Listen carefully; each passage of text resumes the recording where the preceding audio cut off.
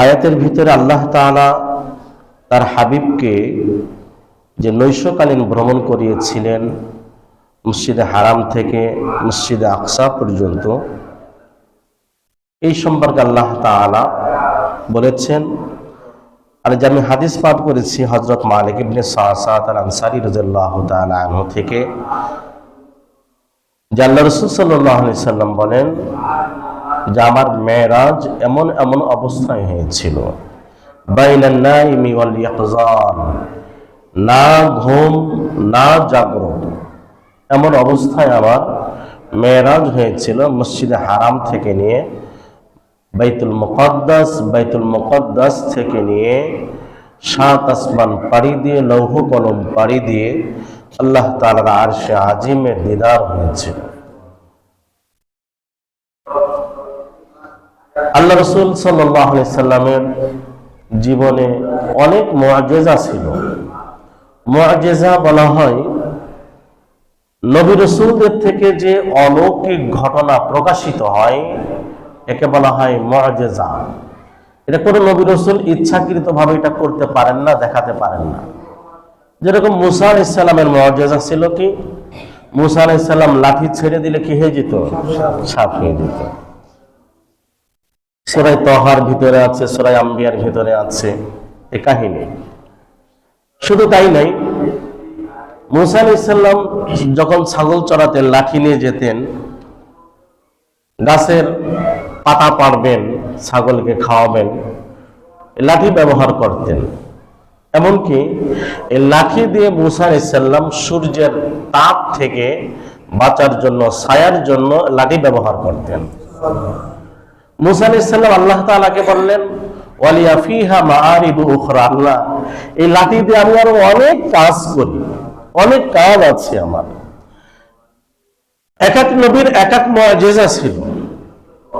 দাউদ আলাইহিস সালামের মুআজিজা ছিল কি, যে লোহা হাতের ভিতরে নিলে মোম হয়ে যেত, যা ইচ্ছা তাই তৈরি করতেন, অস্ত্র শস্ত্র তৈরি করতেন, লৌহ বর্ম তৈরি করতেন। এক এক নবীর এক এক মুআজিজা। তবে আমাদের নবীর যে মুআজিজা, সমস্ত নবীর মুআজিজা যদি একত্রিত করা হয়, আমাদের নবীর মুআজিজা সমতুল্য হবে না। আমাদের নবীর এত মুআজিজা ছিল।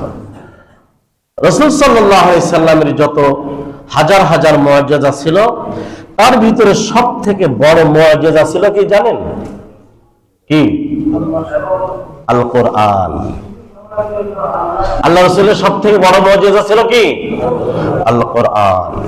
এই 30 পারা কোরআন আল্লাহ রাসূলের সব থেকে বড় মুআজিজা ছিল, সব থেকে বড় মুআজিজা।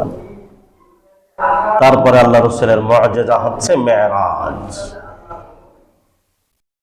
মেরাজ, আল্লাহ রাসূলের মেরাজ হওয়ার পরে অনেক নতুন মুসলমান তারা বেদিন হয়ে গিয়েছিল, নাস্তিক হয়ে গিয়েছিল, তারা আর মুসলমান থাকে নাই।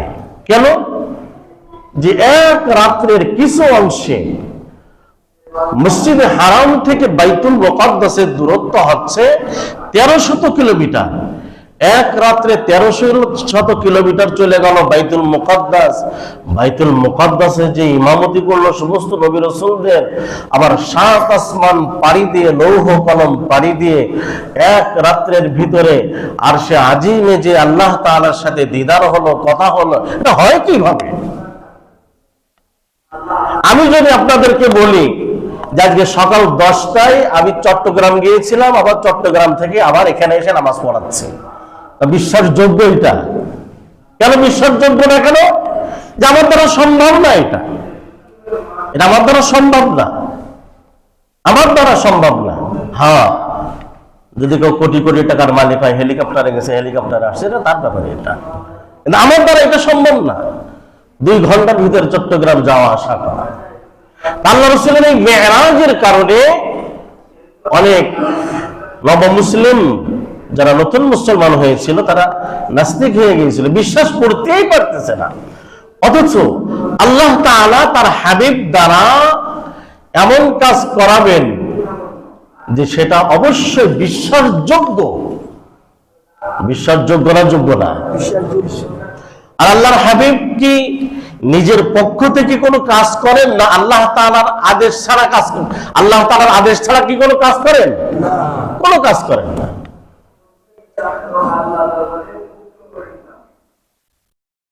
মানুষের জীবনে বিভিন্ন সফর হয়ে থাকে। কোন সফর আনন্দের সফর।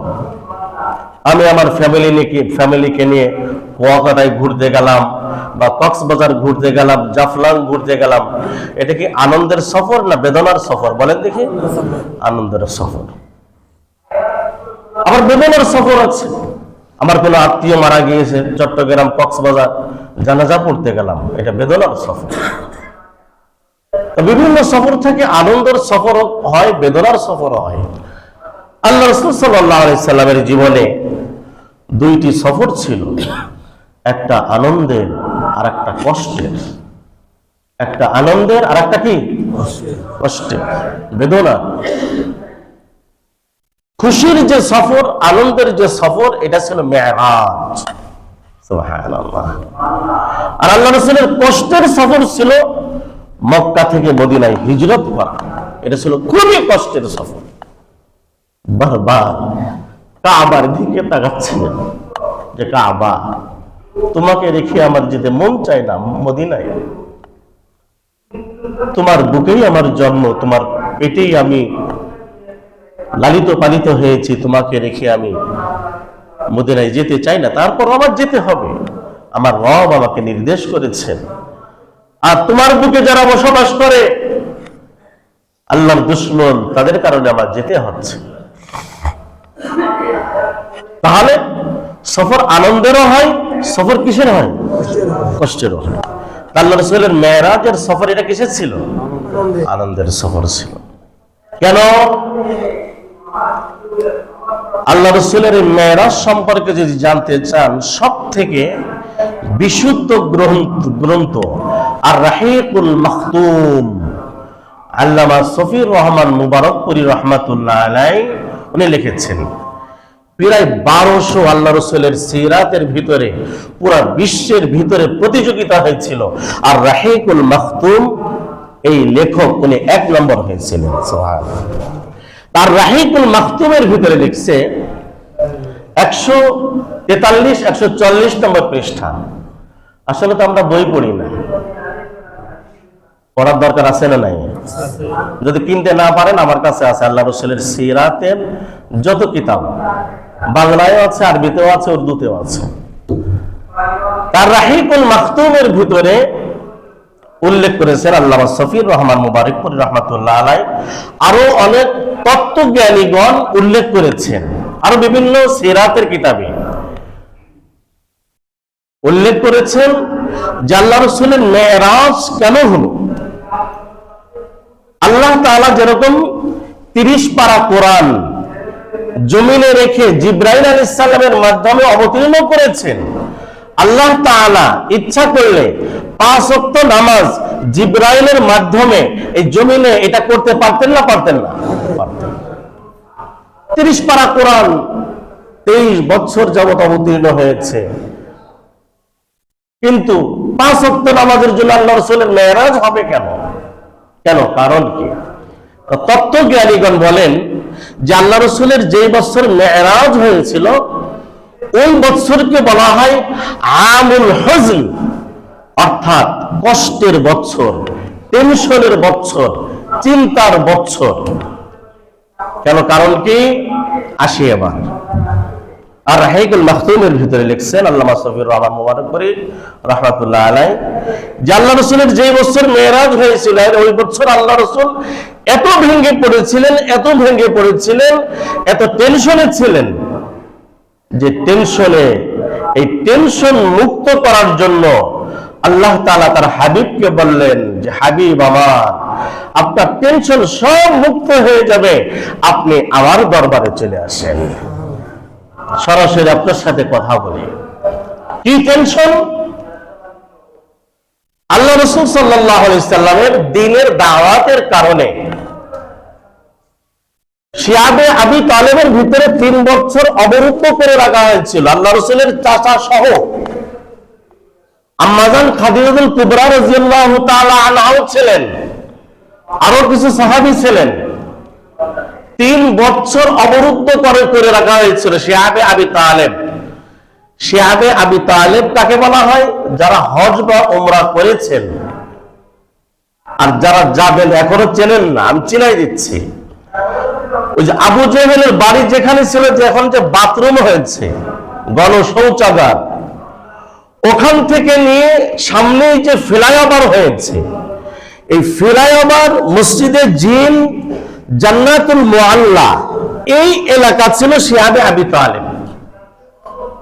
এই এলাকাটা, এই এলাকার ভিতরে আবু জাহেল এবং তার দোসররা আল্লাহ রসুলের চাচা আম্মাজান খাদিজাতুল কুবরা রাদিয়াল্লাহু তাআলা আনহা সহ আরো সাহাবায়ে কেরামকে 3 বছর অবরুদ্ধ করে রেখেছিল। কয় বছর? যাকে বলে গৃহবন্দী। আমাদের দেশে গৃহবন্দী হয় না, কথা বলে না।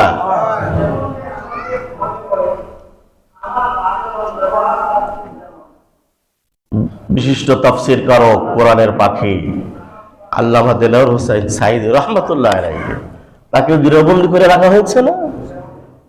মুফতি ফজলুল্লাহ কামিনী রাহমাতুল্লাহ আলাইহি শুধু বাসার ভিতরে থাকতে থাকতে উনি ইন্তেকাল করেছেন। শাইখুল হাদিস আল্লামা আজিজুল হক রাহমাতুল্লাহ আলাইহি বাসার ভিতরে থাকতে থাকতে ইন্তেকাল করেছেন। এনাদের দোষ ছিল কি বলেন দেখি? কথা বলেন না। এনাদের দোষ ছিল কি? কোরআনের কথা বলবে কেন? কোরআনের কথা বলতে পারবে না। আমার কথা বুঝে আসছে আপনাদের? কথা বোঝে না। এই আলেমুল আমাদের দোষ ছিল কি? সাঈদী রাহমাতুল্লাহ আলাইহির দোষ ছিল কি? কোরআনের কথা বলবে কেন? কোরআনের কথা বলতে পারবে না। আর সাঈদী রাহমাতুল্লাহ আলাইহির আরেকটা জনপ্রিয়তা ছিল, উনি যে মাহফিলে যাইতেন পঙ্গপালের মতো, কোন দলমাল না, পঙ্গপালের মতো মানুষ ছুটে ছুটে যেত তাফসীর শুনতে। আল্লামা সাঈদী রাহমাতুল্লাহ আলাইহি কবরকে আল্লাহ তাআলা জান্নাতের নূর দ্বারা ভরপুর করে দিক, সবাই আমিন। আল্লামা সাঈদী রাহমাতুল্লাহ আলাইহি অনেক বয়ান শোনার তৌফিক হয়েছে।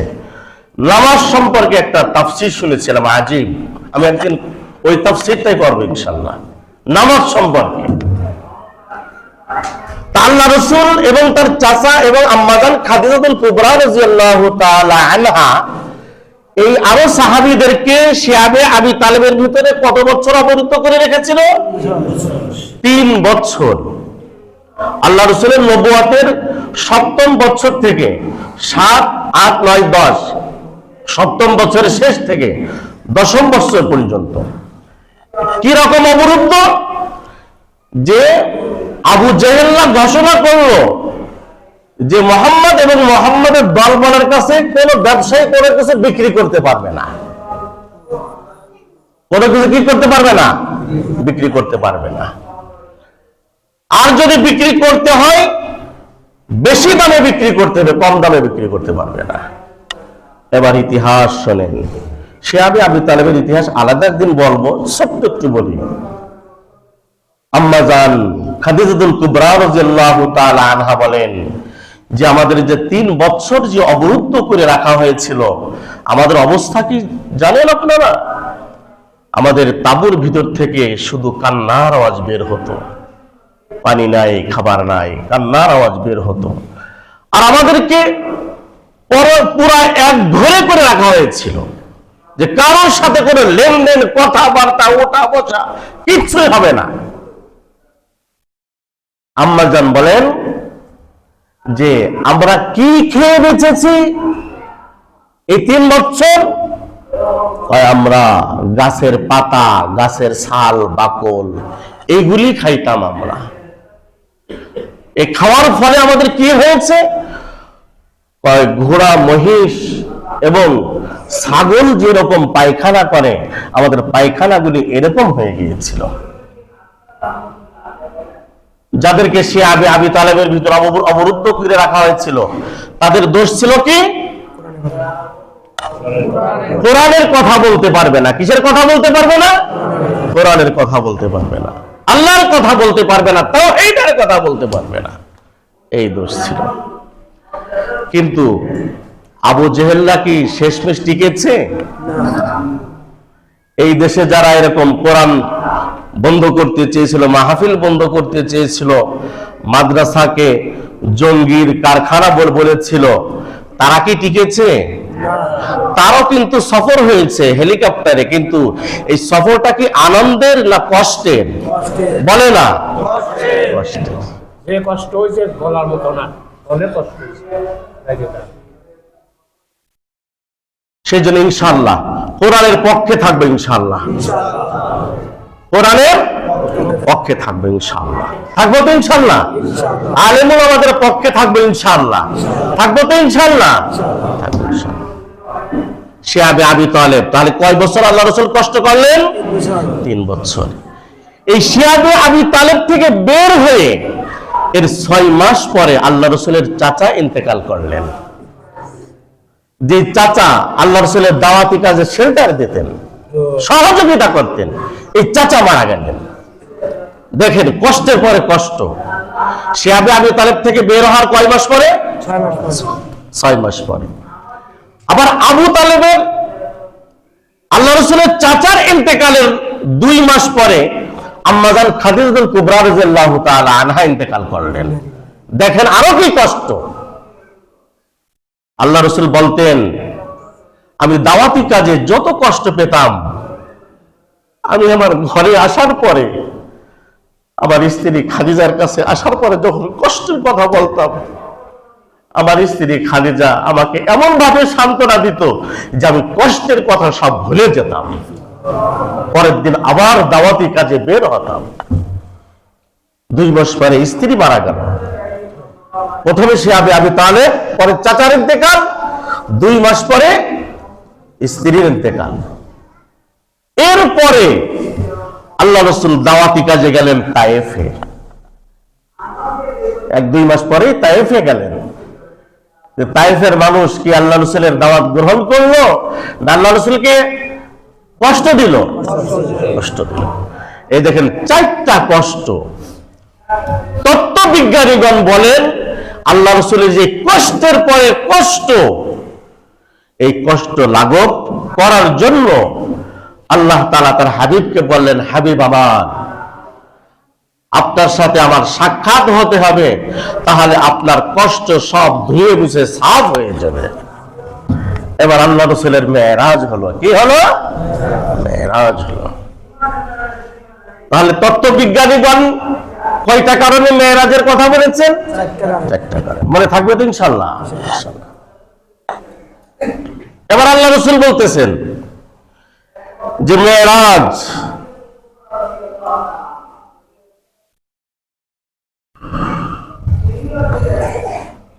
এই মেরাজ সম্পর্কে আমরা জানি। মেরাজ অর্থ কি?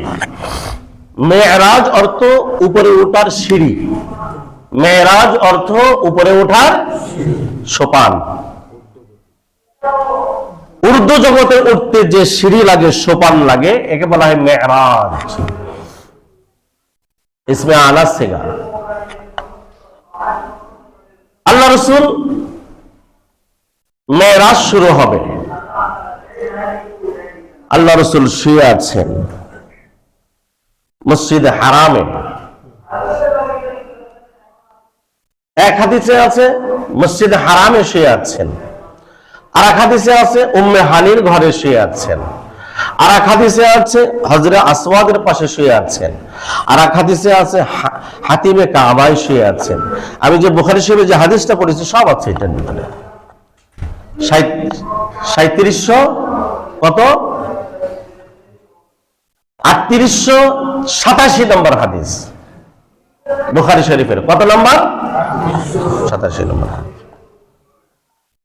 কোন হাদিসের ভিতরে কোনো সংঘর্ষ নাই, যেহেতু উম্মে হানির ঘরও ছিল মসজিদ হারামের ভিতরে, যেটা আমি 2013 সালেও দেখেছি। উম্মে হানি, যে আল্লাহ রাসূল যেখানে বোরাক বেঁধেছিলেন, উম্মে হানির ঘর যেখানে ছিল, যারা গিয়েছেন বা যাবেন দেখবেন উমরা গেট দিয়ে ঢুকতে, বাবুল উমরা গেট দিয়ে ঢুকতে ওখানে একটা পিলার ছিল, চিহ্নিত একটা পিলার ছিল।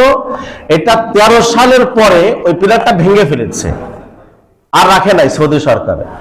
ওরা বেদাত শিরিক এই বিভিন্ন কথা বলতে বলতে গেলে কোনো চিহ্ন রাখে নাই। ওইটা ছিল উম্মে হানির ঘর, ওখানেই বুরাক বাঁধা ছিল। এই উম্মে হানির ঘরটা এখন মসজিদে হারামের ভিতরে। আবার হাতিমে কাবা, এটা তো কাবা ঘরের সাথে, আর হাজরে আসওয়াদ এটা তো কাবা ঘরের সাথে। তাহলে আল্লাহ তাআলা যে মসজিদে হারামের কথা বলেছেন, এর দ্বারা হচ্ছে চারটাই উদ্দেশ্য। কি রকম উদ্দেশ্য হয় এবার আসি ব্যাখ্যায়। আল্লাহ রাসূল সাল্লাল্লাহু আলাইহি সাল্লাম সর্বপ্রথম তার চাচাতো বোন উম্মে হানির ঘরে শুয়েছিলেন। জিব্রাইল এবং মিকাইল আলাইহিস সালাম এসে উঠালেন, পায়ের আঙ্গুল ধরে নাড়িয়ে উঠালেন। উঠানোর পর আল্লাহ রাসূল আবার ওখান থেকে এসে শুইলেন হাতিমে কাবায়। ওখান থেকে আবার উঠালেন জিব্রাইল এবং মিকাইল আলাইহিস সালাম। ওঠানোর পর আল্লাহ রাসূল হজরে আসওয়াদের পাশে আবার ঘুমাইলেন। এই যে এই তিনটা মিলেই মসজিদে হারাম। আল্লাহ তাআলা মসজিদে হারামের কথা যে বলেছেন এবং হাদিসের ভিতরে যে এখানে তিনটার কথা বলা হয়েছে, এর ভিতরে কোনো কি নাই, সংঘর্ষ নাই, যেহেতু সবগুলি মিলেই কি মসজিদে হারাম। আল্লাহ রাসূল বলেন যে আমি উম্মে হানির ঘরে শুয়েছিলাম, ফাফুররিজা সাকফু বাইতি ওয়া আনা বিমাক্কাহ। আমি হঠাৎ করে দেখি উম্মে হানির ঘরের যে চাল আছে, এই চাল ছিদ্র হয়ে গিয়েছে। আমি অবাক, যেহেতু আল্লাহ রাসূল ঈশার পরে শুয়েছেন, বাইনা নাইম ওয়াল ইয়াকজান, না ঘুম না জাগ্রত এমন অবস্থায় আল্লাহ রাসূল ছিদ্র হয়ে গেল যে উম্মে হানির ঘর। আল্লাহ রাসূল বুঝতে পারলেন যে এই যে উপর থেকে যে ছিদ্র হচ্ছে, কোনো কিছু ইঙ্গিত আসতেছে আমার দিকে, কোনো কিছু ইঙ্গিত। এবার জিব্রাইল আলাইহিস সালাম আসলেন, এসে আল্লাহ রাসূলকে ডাকলেন। কিরকম বলেন দেখি, কিরকম? পায়ের আঙ্গুল ধরে নাড়া দিলেন। পায়ের আঙ্গুল ধরে কি দিলেন? নাড়া দিলেন। আসলে কাউকে ঘুম থেকে ডাকার সিস্টেম হচ্ছে, সে আপনার বউ হোক, আপনার মা হোক, আপনার ছেলে হোক, মেয়ে হোক, যদি ঘুম থেকে উঠাতে হয় মাথায় হাত বুলিয়ে অথবা পায়ের আঙ্গুল ধরে নাড়া দিতে হয়। এখান থেকে শেখার কিছু আছে না নাই? আমরা তো কিছু পুরুষ আছি বাসায় যে বাঘের মতো চিল্লায়, ওই ওঠো না কেন, এখনো ঘুমে আছো, ওঠো তাড়াতাড়ি ওঠো। এখন আপনার বউ উঠে কি আপনার দরজা খুলবে না বাথরুমে পালাবে, সে নিজেই কুল পায় না যে কি হলো, কি ভূমিকম্প কি শুরু হয়ে গেল কিনা। সেই জন্য সাবধান। মানুষকে ডাকারও একটা সুন্নাত নিয়ম আছে, সিস্টেম আছে, তরিকা আছে। তা জিব্রাইল আলাইহিস সালাম আল্লাহ রাসূলকে জাগ্রত করলেন। জাগ্রত করার পর আল্লাহ রাসূল আসলেন। এবার কোথায় আসলেন? জমজম কূপের পাশে আসলেন। কোথায় আসলেন? জমজম কূপের পাশে আল্লাহ রাসূলকে নিয়ে আসলেন জিব্রাইল এবং মিকাইল আলাইহিস সালাম। জমজম কূপের পাশে এনে আল্লাহ রাসূলকে চিৎ করে শোয়ালেন। শোয়ানোর পরে এবার আল্লাহ রাসূল বলেন, ফাশাক্কামা বাইনা হাদিহি ইলা হাদিহি, ইয়ানি মিন সুগরাতি নাহরিহি ইলা শা'রাতিহি। আল্লাহ রাসূল বলেন, আমাকে চিৎ করে শোয়ানো। শোয়ানোর পর আমার কণ্ঠনালী থেকে নাভি পর্যন্ত ফেরে ফেললো। ফাস্তাখরাজা কলবি, আমার কলবটা বের করে ফেললেন জিব্রাইল আলাইহিস সালাম। সুম্মা উতিতু বিতাসতিন, তারপরে একটা বল আনা হলো, গামলা আনা হলো। মিন যাহাবিন ওয়া ফিদ্দাতিন, কোন বর্ণনা আছে স্বর্ণের গামলা আনা হলো, আর কোন বর্ণনা আছে স্বর্ণ এবং রূপা দ্বারা তৈরি করা গামলা আনা হলো। মামলুআতান ঈমানান ওয়া হিকমাতান, আল্লাহ রাসূল বলেন এই যে গামলাটা আনা হলো, আনার পরে আমার কলবটা বের করে গামলার ভিতরে রাখা হলো। আর গামলার ভিতরে কি ছিল তোমরা কি জানো? গামলার ভিতরে ঈমান এবং হিকমত দ্বারা পরিপূর্ণ ছিল। আল্লাহ রাসূল বলেন যে আমার কলব বের করে ফেলা হলো, এবং সুম্মা গুসিলা বিমা'i যামযাম, তারপরে জমজমের পানি দ্বারা আমার কলবটা ধৌত করা হলো। জিবরাইল আলাইহিস সালাম একটা অংশ ছুঁড়ে ফেলে দিলেন। মিকাইল আলাইহিস সালাম জিজ্ঞাসা করলেন, ভাই কি ছুঁড়ে ফেলে দিলেন? ভাই এইটা হচ্ছে শয়তানের অংশ, ফেলে দিলাম। ভাই কেন করতেছেন? আল্লাহ রাসূলের সিনা চাপ, বক্ষ বিদারণ কেন করছেন? ওপেন হার্ট সার্জারি কেন করছেন আল্লাহ রাসূলের? জিবরাইল আলাইহিস সালাম মিকাইল আলাইহিস সালামকে বললেন, ভাই আপনি জানেন না? ভাই না, আমি জানি না। আপনি যেহেতু আপনি জিবরাইল, আপনি ফেরেশতাদের সর্দার, আপনি জানেন। আপনি বলেন কি ওই আল্লাহ রাসূলের মেরাজ হবে, তাই ঊর্ধ্ব আকাশে ওঠার জন্য যে পাওয়ার দেওয়ার দরকার, আল্লাহ রাসূলকে এখান থেকে সেই পাওয়ার দিয়ে দেওয়া হচ্ছে। আল্লাহ রাসূল বলেন যে গামলার ভিতরে রাখা হলো, এটা স্বর্ণের তস্তরি, স্বর্ণের গামলা, এটা ঈমান এবং হিকমত দ্বারা পরিপূর্ণ ছিল। আল্লাহ রাসূল বলেন সুম্মা হুশিয়া সুম্মা উঈদা, তারপরে আমার বক্ষ সেলাই করে দেওয়া হলো, আবার আগের মতো করে দেওয়া হলো, আগের মতো করে দেওয়া হলো। আগের মতো করে দেওয়ার পরে জিবরাইল আলাইহিস সালাম আমাকে বসালেন, আমি বসলাম, আমি সুস্থ হয়ে গেলাম। এরকম না ওপেন হার্ট সার্জারি করার 1 মাসের ভিতরে হাঁটাহাঁটি করতে পারে না, এরকম না। এবার বলেন দেখি, আল্লাহ রাসূলের আগে কারণ ওপেন হার্ট সার্জারি হয় নাই, এই ডাক্তাররা যে ওপেন হার্ট সার্জারি শিখেছে, এটা এই হাদিস রিসার্চ করে শিখেছে যে ওপেন হার্ট সার্জারি কিভাবে করতে হয়। আল্লাহ রাসূলের এরপর আল্লাহ রাসূলের মেরাজ, তাহলে আল্লাহ রাসূলের যে মেরাজ, এই মেরাজ আল্লাহ রাসূলের বড় একটা মুআজিজা ছিল কোরআনের পরে। আল্লাহ রাসূল যে মেরাজে গিয়েছিলেন, মেরাজ থেকে কি নিয়ে এসেছিলেন? কথা বলে না, কি নিয়ে এসেছিলেন? না বিড়ি সিগারেট, না গাঞ্জা? কথা কয় না। কি নিয়ে এসেছিলেন? সবাই বলেন কি নিয়ে এসেছিলেন? নামাজ। একদিন ফজরের নামাজ জামাতের সাথে পড়ে দেখেন কেমন মজা লাগে, কি যে মজা, মজার মজা, মজা মজা, কি স্বাদ আর স্বাদ। একাকী নামাজ পড়লে কোনো মজা লাগে না, স্বাদ লাগে না।